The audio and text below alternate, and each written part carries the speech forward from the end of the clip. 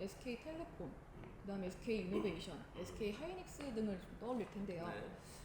우리나라에서 손꼽히는 좀 망하기 힘든 포트폴리오를 형성한 그룹사라는 생각이 좀 드는데요. 동의하시나요? 그렇게 동의하지 않습니다. SK그룹의 한때 가장 큰 아킬레스건은 내수기업이라는 거였습니다. 그러니까 최태원 회장이 SK하이닉스를 인수한 가장 큰 이유 중에 하나는 내수기업이라는 말을 듣기 싫어서. SK그룹은 하이닉스를 인수하기 전에는 정유, 통신 이 두 개가 주력이었죠.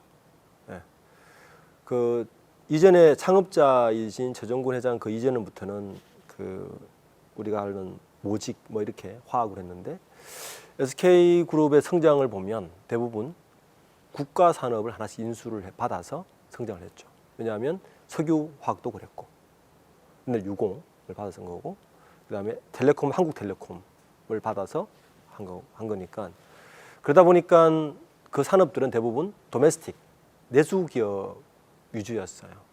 그러니까 글로벌하게 전혀 SK그룹이라는 걸 알 수가 없어요. 글로벌에 나가면 SK그룹 아무도 몰랐습니다. 언제부터 알았느냐? 하이닉스 때부터 알았습니다. 그러니까 하이닉스 인수 이후에 SK그룹이 굉장히 성장을 했고, 지금 우리가 SK하이닉스를 굉장히 뭐 좋게 보지만 당시에 하이닉스를 인수할 때만 해도 하이닉스는 골칫거리였습니다. LG그룹에서도 우리는 인수 못한다라고 했고 일종의 계륵 같은 존재였죠. 근데 최태원 회장이 어떻든 그 SK하이닉스 인수를 결정하면서 운이 따랐는지 어떻게 따랐는지 모르겠지만 반도체 경기가 되게 좋아졌고 SK하이닉스를 통해서 굉장한 캐시카우를 만들었고 그것이 현재의 SK그룹을 만든 지금 모습을 만든 가장 큰 운동력이었다 보고 지금 SK그룹을 저한테 정의하라 그러면 저는 SK그룹은 현재는 제조업이라기보다는 투자회사 특히 최근 2, 3년 동안 SK그룹의 그 구조 개편을 보면 SK스퀘어 주 SK 밑에 SK스퀘어라는 투자회사를 만들어서 SK스퀘어가 통신과 기타 이 반도체를 총괄하면서 여기서 나오는 캐시를 가지고 끊임없이 새로운 그 기업에 투자하고 그 기업에 투자한 것들을 다시 IPO 시키고 그 돈으로 다시 투자하고 이렇게 하는 재벌 기업 중에 투자 전문 회사 저는 그렇게 정의할 수도 있을 것 같은데 지금은요. 지금 SK가 올해 창립 70주년을 맞았다고 하는데요. 70년 전에 SK가 지금에 이르기까지 그 성장 과정이 조금 궁금한데요. 해방 이후에 해방 이전에는 우리나라 기업들이 없었겠죠. 누가 사업을 했겠습니까? 이 땅에서 일본인들이 사업을 했겠죠. 그리고 1945년 해방이 됐습니다. 그 일본이 패전을 해서 돌아갔겠죠. 당시 일본인들이 그 영위하던 사업들을 미 군정이 잡은 다음에 우리나라 사람들에게 불화를 했는데 그걸 우리가 적산불화라고 합니다. 그러니까 패전국이 남기고 간 그 공장에 이런 것들을 이제 불화하는 거죠. 그때 불화를 잘 받은 그룹들이 현재의 우리나라 대기업들입니다. SK도 거기 하나 속합니다. 당시에 최 회장이 그 섬유회사를 불화를 받죠. 그게 시드머니가 되어서 지금같이 SK그룹이 모직으로 시작해서 그 당시는 모직이 뭐 가장 필요했던 50, 60년대 필요했던 거니까 그 회사를 기반으로 우리가 옛날에 성경 그랬죠. 성경 뭐 그다음에 성경 모직 그 뭐 다 그쪽입니다. 그러다가 아까 말씀드린 대로 국가에서 유공 같은 회사 하나 인수하고 그다음에 한국통신 인수해서 텔레콤 SK텔레콤 만들고 그렇게 국가 산업을 다 하나씩 받아서 그 다음 토대를 만들고 2003년 최태원 회장이 이제 갑자기 그 SK그룹 회장이 아버지가 빨리 돌아가시면서 SK그룹이 되면서 그때부터는 그런 토대를 잘 만들죠. 그리고 그 당시에는 SK텔레콤이 굉장히 돈을 많이 벌었죠. 가지고 있는 총알들을 가지고 그 다음 한 번 더 스텝을 한 게 하이닉스 인수였습니다. 그러니까 적산불화를 시작해서 석유화학 유공과 텔레콤 통신을 가지고 국가에서 받은 불화받은 걸 가지고 그 1세대, 2세대까지 사실은 불화를 받은 정부로 받은 산업을 가지고 키우네. 그래서 이 국내 산업, 도메스틱 산업에서 벗어나지 못했고 이 하이닉스가 되면서 한 번 더 이제 점프를 하게 된 거죠. 지금은 SK가 이제 반도체뿐만 아니라 바이오도 하고 그 외에 뭐 다양한 IT 분야를 한 것도 그런 변화의 과정에서 그룹이 성장했다고 보면 됩니다. 그래서 지금 말씀해주신 것처럼 선대 회장과 최태원 회장의 리더십이 이끌어낸 SK의 성공기. 근데 최근에는 이혼 이슈로 조금 시끄럽습니다.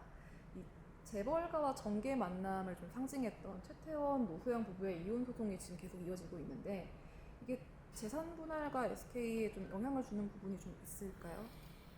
1심 결과로 보면 전혀 영향이 없게 나왔죠. 예.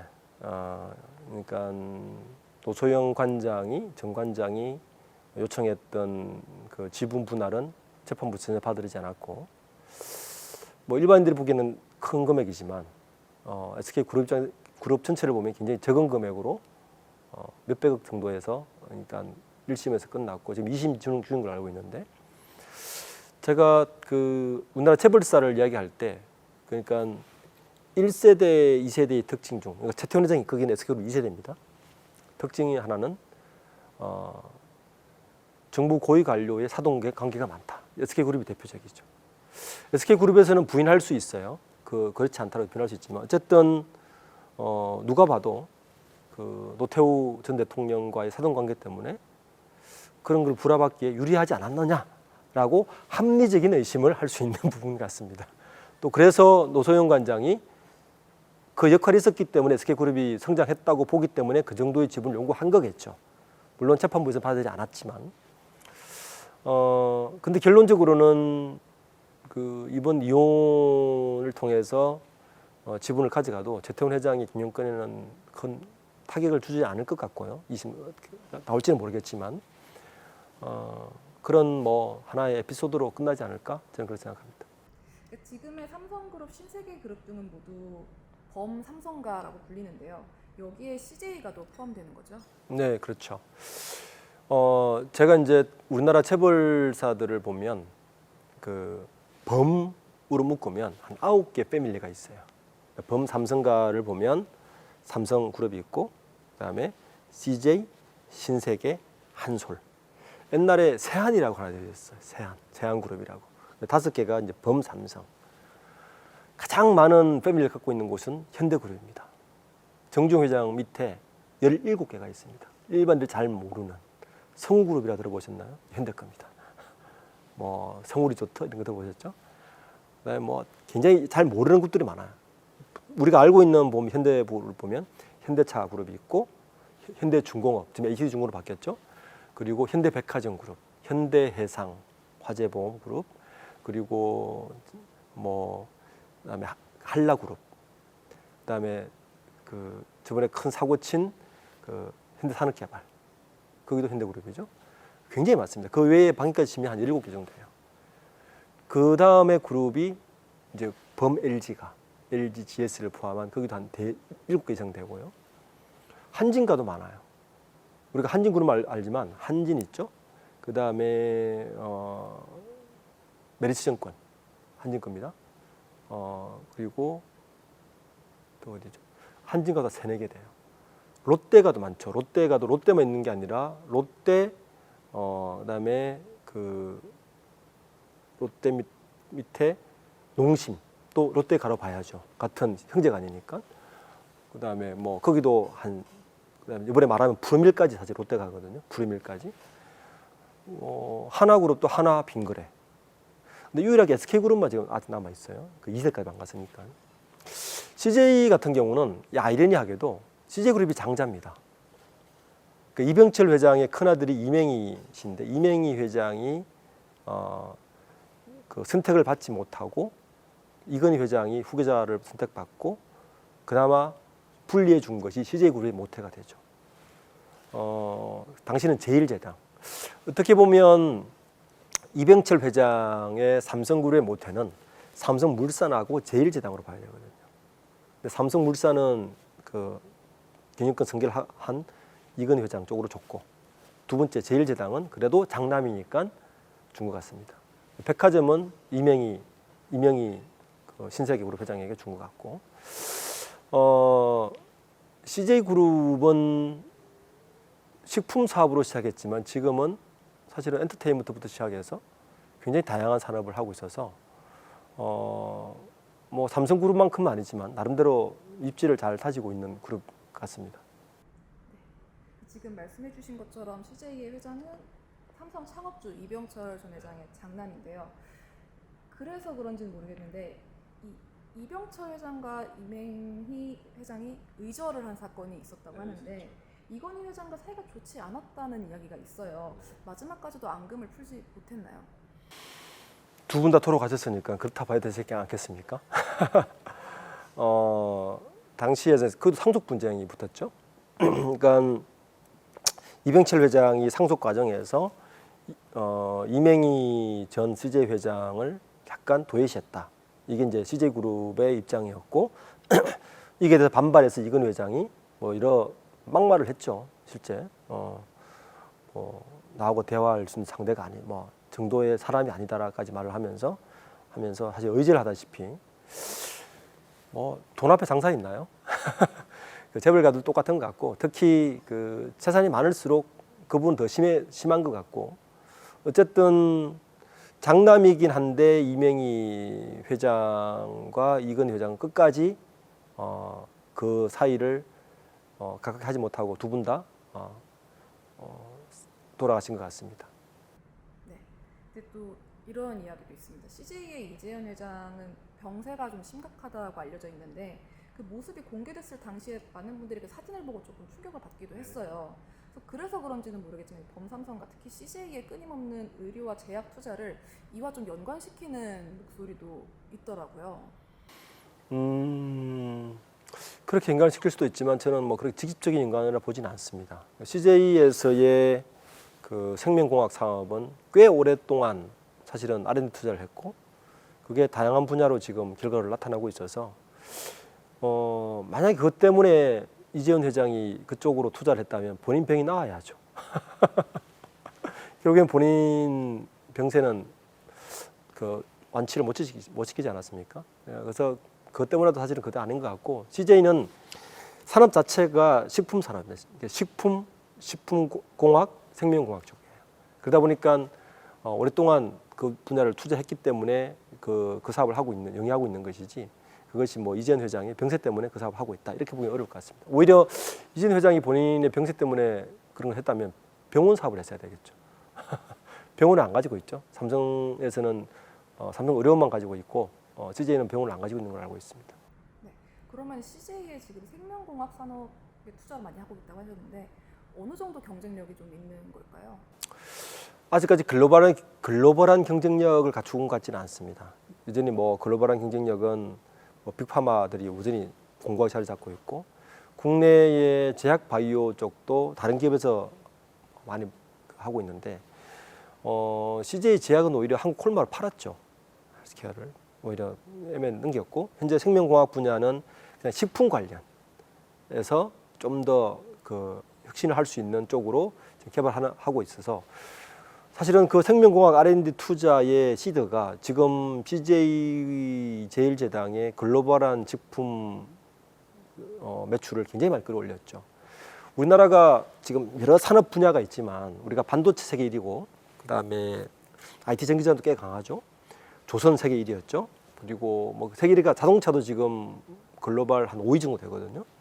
꽤 우리나라가 여러 분야에서 글로벌 탑 10에 드는 게 많은데 유일하게 글로벌 탑 30 안에 못 들어가는 몇 가지 중에 하나가 식품공학, 식품 사업이요. 제약이에요. 제약 쪽도 아직 30위 안에 못 들어갑니다. 우리는 잘하는 것 같지만 그리고 식품 쪽도 세계 제일 우수한 네슬레라든지 우수한 식품 기업들이 있죠. 쟁쟁한 기업들과 경쟁하려면 아직까지 갈 길이 멀다. 그걸 위해서 투자하는 거지. 그 뭐 의학 이쪽은 아닌 것 같습니다. 한화하면 생각나는 이미지, 구타 사건으로 좀 널리 알려진 김승현 회장의 이미지에 더해서 좀 대기업답지 않게 사훈에 신용과 의리가 있다는 사실도 좀 주목을 받았습니다. 좀 그래서 화끈한 이미지가 있다고 보는데 한화는 과거부터 지금까지 어떤 걸로 좀 대기업의 환율이 올랐을까요? 하나그룹의 모토는 한국화약공업입니다. 아까 제가 말씀드렸듯이 해방 이후에 그 적산부라 하나는 인천에서 당시에 일본인 사가가 화약 공장을 하는 것을 놔두고 도망을 갔죠.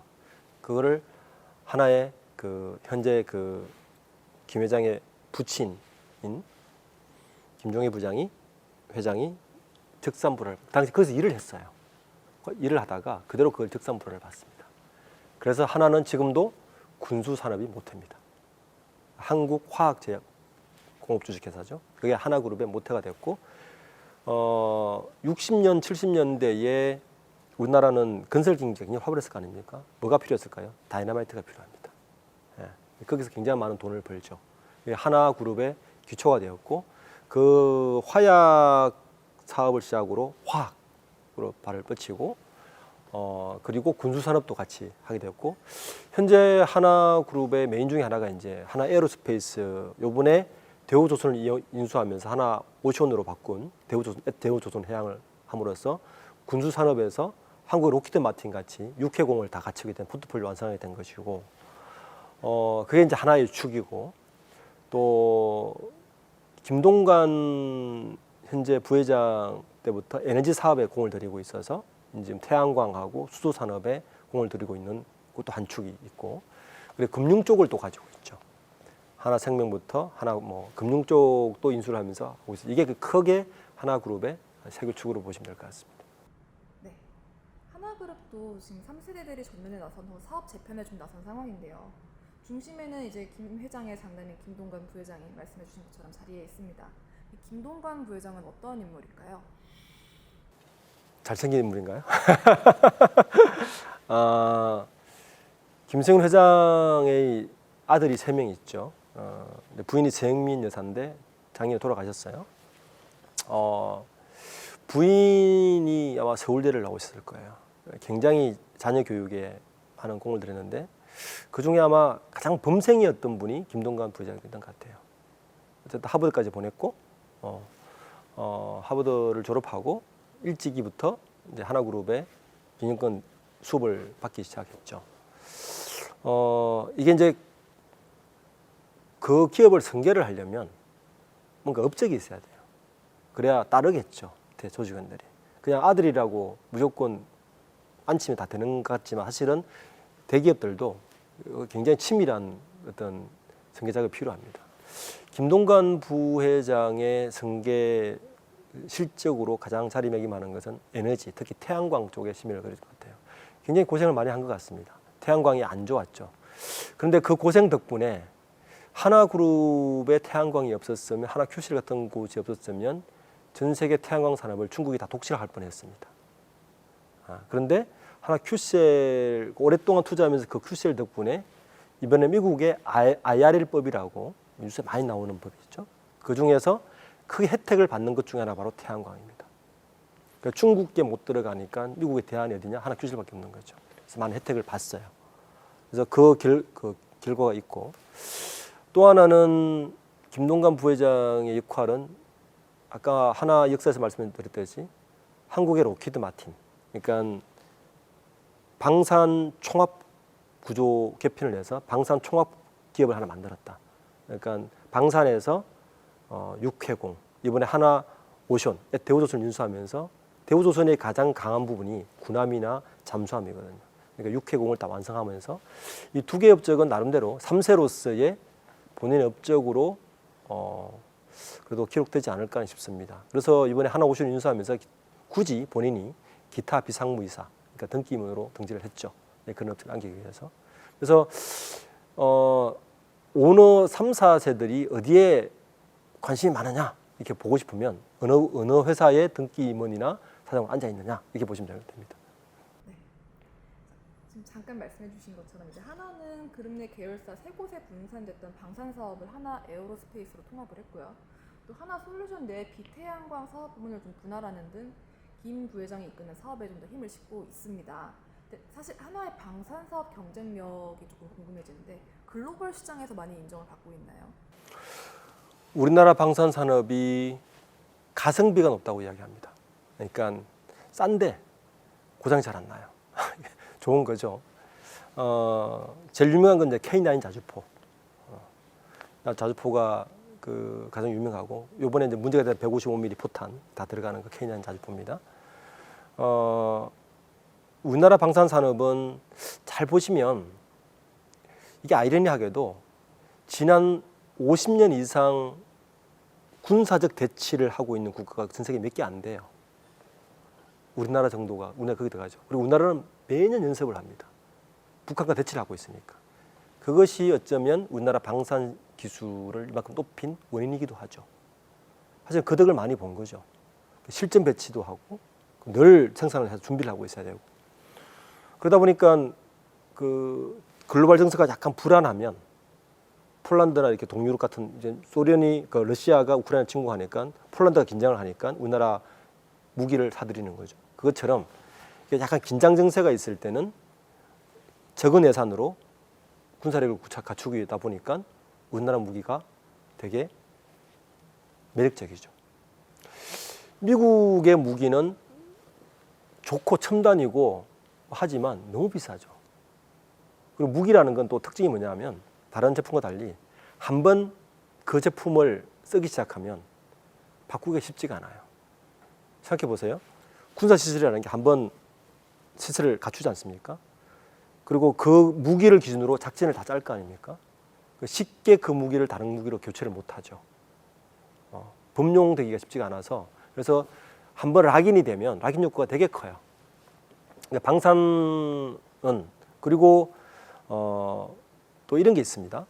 그 미국의 제너럴 일렉트릭이 그 발전소 장비 사업을 오래 했는데 그걸 우리나라 두선중공업이 사실 인수를 했어요.